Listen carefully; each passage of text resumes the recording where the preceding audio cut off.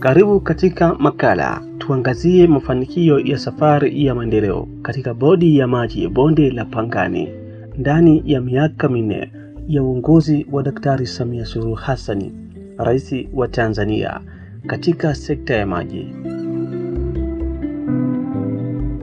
Msimulizi wa makala hii ni mimi Henry George Ruhamba.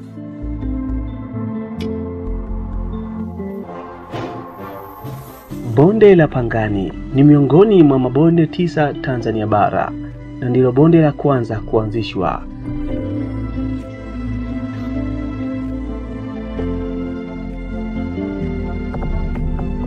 Bonde la Pangani lilianzishwa Julai 1 mwaka 1991.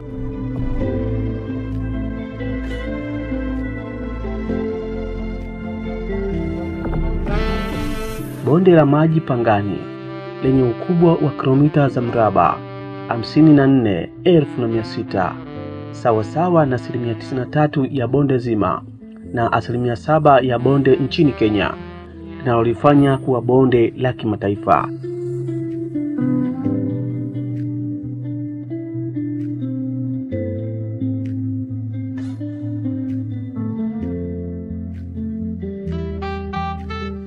Bonde la maji Pangani linayohusisha mikoa ya Arusha, Kilimanjaro, Tanga na Manyara katika halmashauri za wilaya 24.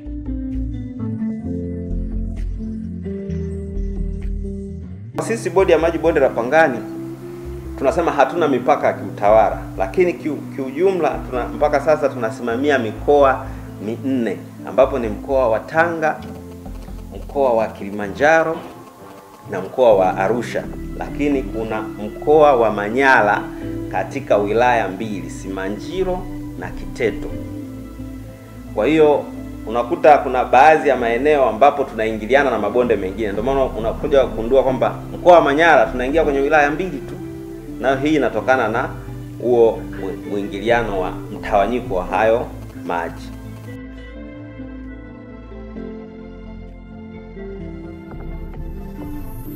Jukumu la kwanza la bonde ni kuvitambua vyanzo vya maji, sababu hii shughuli ni endelevu. Ndio maana kila siku zinavyozidi kwenda tunazidi kutambua vyanzo vingine na kuviweza kuviregister kwenye Kanzidata. Lakini jambo la pili ni kutunza na kuhifadhi kwa matumizi endelevu ya hivi vyanzo. Jukumu la pili la bonde ni kukusanya takwimu za vyanzo. Hapo tunazungumzia wingi wa maji pamoja na ubora wa maji, kwamba taasisi hii ndio imekasimiwa jukumu hilo kwa ukanda huu kuhakikisha inajua takwimu za vyanzo vya maji, kujua wingi wake. Ndio maana ukitembea kwenye mito mbalimbali utakuta kuna vipimo vyetu viko kule mitoni ambazo hivyo vina rekodi data kila siku. Kwa hiyo zile takwimu sisi tunazipata, ndio tunazifanyia kazi, ambapo tunatoa kibali cha matumizi ya maji. Yaani mtu anapotaka kutumia maji kwa ajili ya shughuli za kiuchumi au shughuli za kusambaza maji kwa wananchi, ambapo hapa tunazungumzia taasisi za serikali, yani tunazungumzia RUWASA, mamlaka za maji, zinapotaka kusambaza maji lazima waombe kibali kutoka bodi ya maji, kwa sababu sisi ndio tuna takwimu za hivyo vyanzo kujua kwamba haya maji anayoyahitaji yanaweza yakatosha au la. Lakini jambo la pili, sisi ndio tunatoa kibali cha uchimbaji wa visima. Sisi ndio tunatoa kibali viwanda vinapokuwa vimezalisha kuna yale maji taka ya wanapotaka kuyarudisha, lazima tutoe kibali kuhakikisha tunapima kile kiwango cha uchafuzi uliofanyika. Je, inaweza yakarudishwa labda kwenye mto na yasiweze kuleta madhara kwa watu wa ukanda wa chini? Kwa sababu anaweza akarejesha yale maji taka yakasababisha madhara kwa viumbe hai vilivyopo ndani ya maji, au yakasababisha madhara kwa watumiaji wengine walioko chini.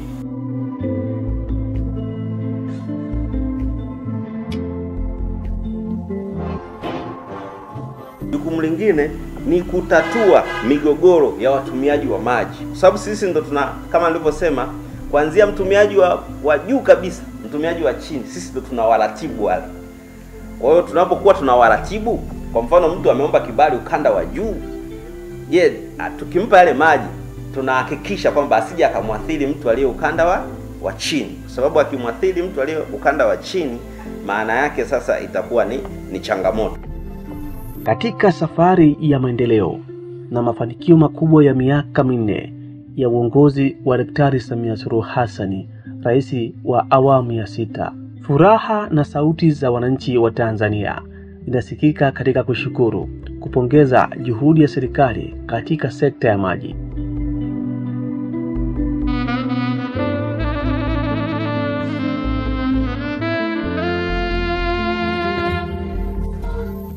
Bodi ya maji bonde la Pangani imeendelea kujipambanua katika mafanikio makubwa ya miaka 4 ya uongozi wa Rais Daktari Samia kupitia majukumu yake ya kutambua vyanzo vya maji, kuhifadhi na kutoa vibali kwa watumia maji pamoja na kugawa maji.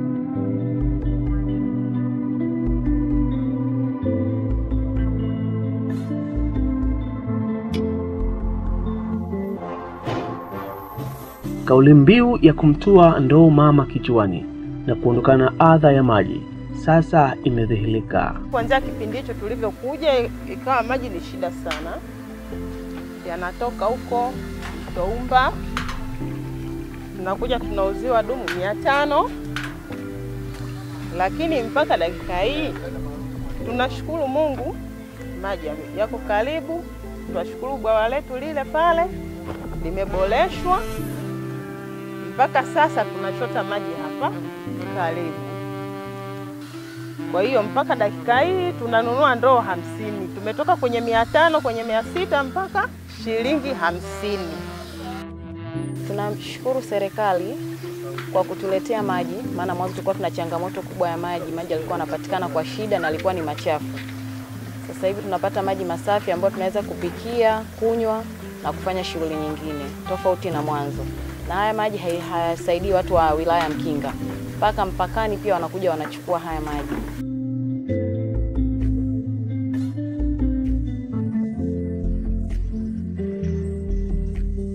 Tunashukuru bonde la Pangani kwa kutuletea maji, na sisi tutajitahidi kutunza mabomba na hatutotumia maji kiholela. Tutayatunza ili maji endelee kuwepo, na watu tunawashukuru waendelee kutuletea maji safi. Haya maji tunataka tu kama inawezekana iwe na kuongezewa zaidi, yasipungue, maana wananchi wote wanasema kwamba kama huu mradi utakuwa hivi, basi hii maeneo itakuwa shida ya maji itakuwa imeisha. Kwa hivyo tunakubaliana na hii kazi yake aliyoanzisha. Hata saa hii wote tulioko hapa tunafurahi sana. Huu mradi tumeletewa na serikali yetu na tunaona kwamba uko vizuri. Sasa sisi wananchi ambao wa Pangani tuulinde haya maji yawe safi, tusiyachafue. Alafu jambo lingine tuyalinde yale mabomba ambayo yamewekwa. Tuwe walinzi sisi wenyewe, ili kusudi huu mradi uzidi kuendelezwa na serikali zaidi. Maana pia vile tunavyozidi kuyalinda ndivyo serikali pia inaendelea kuona kwamba tunaona umuhimu wa haya maji, pia itaendelea kutusaidia zaidi katika maeneo haya yetu ya Mkinga. Licha ya bodi ya maji bonde la Pangani kuwa na majukumu mengi na kuyatekeleza ipasavyo, pamoja na mafanikio makubwa yenye mwarobaini kwa jamii, haya kuachwa nyuma. Sehemu kubwa ya kazi hizi nasema zimefanyika kwa miaka ya karibuni. Kwa mfano mpaka mwaka 2018 vyanzo ambavyo kwenye rekodi zetu ambavyo vimewekwa mipaka havikuzidi 6.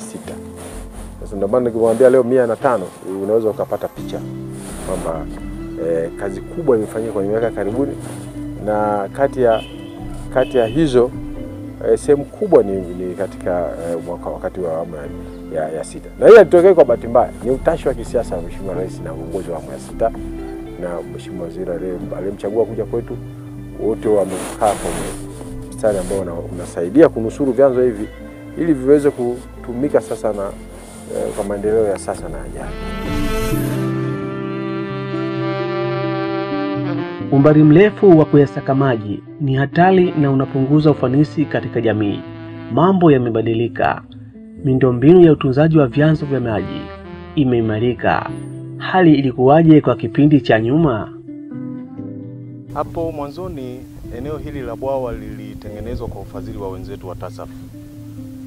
Likawa linahudumia wananchi kwa kuja kuchota maji kwenye eneo hili wakipeleka huko vijijini, majumbani, lakini wengine wakifanya biashara ya kuwauzia wale wengine ambao hawana uwezo wa kuweza kufika huko. Lakini baadaye kwa muda lilipokaa bwawa hili likaja likapata changamoto ya kupasuka. Ikawa linavujisha maji sana. Serikali yetu ya kijiji ikachukua hatua ya kuzibaziba yale mashimo, maji yale yakapungua kuvuja, tukawa tunatumia kwa staili hiyo hiyo, lakini halikuwa lina uwezo wa kuhifadhi maji vizuri sana. Baada ya hapo serikali yetu ikaendelea kutoa mapendekezo na kuomba serikali yetu kuu kuona namna ya bwawa hili kuboreshwa. Ndipo serikali yetu ya Mama Samia Suluhu Hassan ilivyoona umuhimu na kutenga fedha kuelekeza wenzetu wa bonde la Pangani kuja kufanyia bwawa hili ukarabati, ikiwemo ni kutengeneza lile tuta likawa imara zaidi na lenye kuweza kuhifadhi maji kwa wingi sana. Na toka hapo tunashukuru kwamba ile adha iliyokuwa kubwa sana kwenye eneo letu hili imepungua kwa kiasi kikubwa sana. Kwamba sasa wananchi hawaji tena kuchota maji kwenye eneo hili la bwawa, bali mabomba yamesambazwa kwenye maeneo ya mji wetu wa Boda wote, na wananchi wanapata maji yaliyo safi na salama kwa gharama nafuu sana ya shilingi 50 kwa ndoo moja.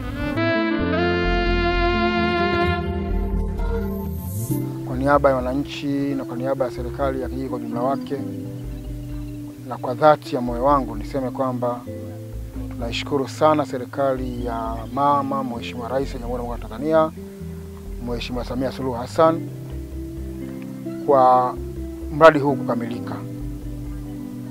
Tuseme kwamba kukamilika kwa mradi huu imekuwa ni faraja sana kwa jamii ya kijiji hiki na maeneo ya jirani.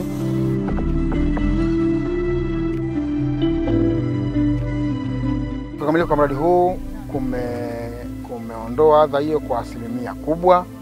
Wananchi sasa wanapata maji kwenye maeneo yao ya makazi, lakini pia gharama imeshuka kwa kiasi kikubwa sana. Kutoka walipokuwa wakiuziwa maji mpaka shilingi 1000 kwa ndoo ya 20, lakini sasa wanapata ndoo ya maji ya 20 kwa shilingi 50, tena karibu zaidi. Kwa hiyo ni msaada mkubwa sana kukamilika kwa mradi huu.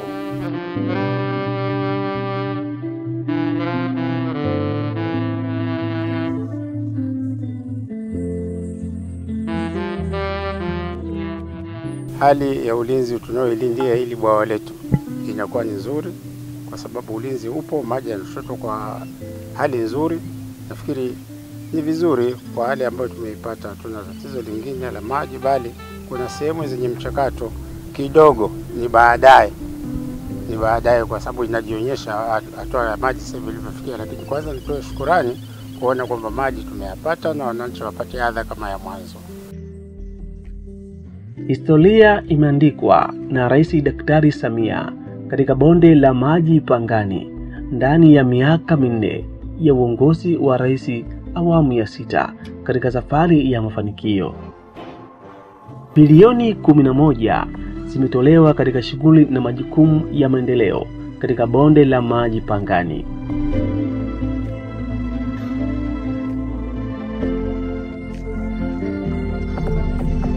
Ndugu Segule, mkurugenzi wa bodi ya maji bonde la Pangani, ambaye ni mwenyekiti wa wakurugenzi katika mabonde 9 Tanzania bara, anabainisha. Kwa mara ya kwanza kwenye historia ya wanahorohoro kwamba bwawa limeweza kuhudumia msimu mzima wa mvua wa kiangazi, na wenzetu wa RUWASA wanalitumia sasa kwa ajili ya kuwasambazia watu huduma ya maji. Kwa hiyo na tunazo sisi programu za namna hiyo za mabwawa kwenye maeneo mbalimbali. Kwa sisi tunaenda maeneo ambayo aidha shida yake ni kubwa ya dharura sana au kuna mahitaji ya ujumla. Mara nyingi sisi mabwawa yetu tunajenga mabwawa tunaita multi purpose. Ni bwawa ambalo linaweza likawahudumia sekta mbalimbali. Kwa hiyo linaweza kuhudumia umwagiliaji, maji ya kunywa, watu wa nyumbani na wadau wengine. Lakini kwa mfano Horohoro, kwa shida iliyokuwepo mpaka sasa, sehemu kubwa lile bwawa linahudumia mifugo na maji ya nyumbani. Tumejenga na ketu trough kwenye upande wa chini, lile tuna kunyeshea kwa ajili ya muundombinu kwa ajili ya kunyeshea mifugo, ili maji yale pia yatumike na mifugo, na kule tunaweka na tenki ili kwa ajili ya kuweka hifadhi kwa ajili ya wenzetu wafugaji. Mpaka sasa tumeshafanya usanifu awali wa mabwawa zaidi ya karibu 3, na tayari ninavyoongea tumeshapatiwa pia fedha za kukarabati bwawa nyingine ambalo liko maeneo ya Simanjiro. Kwa hiyo kazi inaendelea. Na kwenye kipindi hichi cha miaka minne hii, sisi tumepokea fedha za kujifanya hizo kazi zetu mbalimbali takriban bilioni 11. Na kihistoria hatujawahi kupokea fedha za wingi wa kiasi hicho kwenye wakati wote ule wa maisha ya mabonde. Kwa mimi nichukue fursa hii kushukuru sana serikali ya awamu ya 6, kumshukuru sana Mheshimiwa Waziri wetu wa Maji ambaye ndio waziri aliyesimamia vyema na jukumu hili la utunzaji na usimamizi wa rasilimali maji kwa namna ya kipekee sana kulinganisha na wakati mwingine yote. Tabasamu, shauku, hamu, juhudi na utu, upendo wa Rais Samia kwa wananchi wake ni nguzo iliyotokomeza adha, ghadhabu, shida na changamoto ya kuyapata maji umbali mrefu. Sasa zimekoma.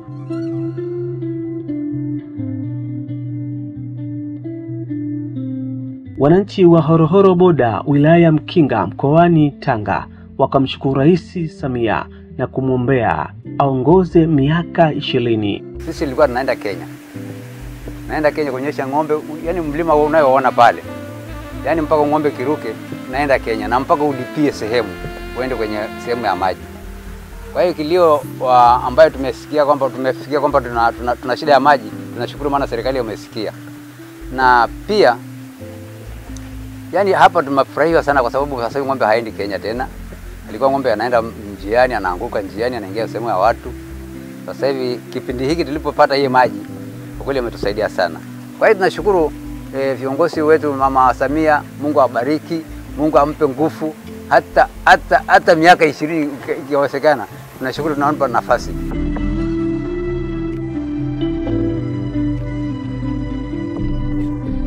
Nashukuru viongozi wetu maana umesikia kilio chetu. Maana sana shida kila kitu wakina mama ndio wanajua. Kwa hiyo tunashukuru kabisa kwa maana tumeona wema, tumelia, Mama Samia akasikia kilio watoto wetu, watoto yao. Kwa hiyo tunashukuru sana kwa hii jambo, tumeona amefanyia sisi vizuri. Ukipika unaenda mbali umba kwenda kuleta mtungi kwa kichwa, au kama umeshinda unanunua kwa 5,000 kwa mtu umefanyia wema, au kwa 1,000. Kwa hiyo tunashukuru sasa hivi kwa maana tumeona jambo nzuri.